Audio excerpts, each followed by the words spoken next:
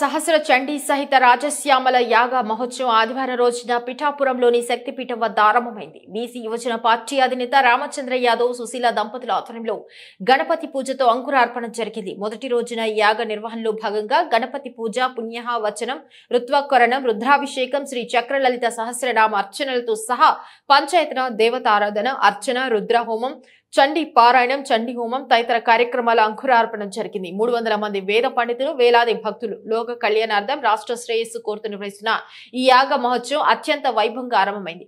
Party అధినేత రామచంద్ర యాదవ్ దంపతులు మొత్తం తామై వ్యవహరిస్తూ భక్తి శ్రద్ధలతో యాగ నిర్వహణలో పాల్గొన్నారు. సుమారుగా 300 మంది వేద పండితుల మంత్రోచ్చల అర్చనలు నడుమ వేలాదిగా భక్తులు పాల్గొన్నారు. బీసీ యువజన పార్టీ కార్యకర్తలు, అభిమానులు పాల్గొన్నారు.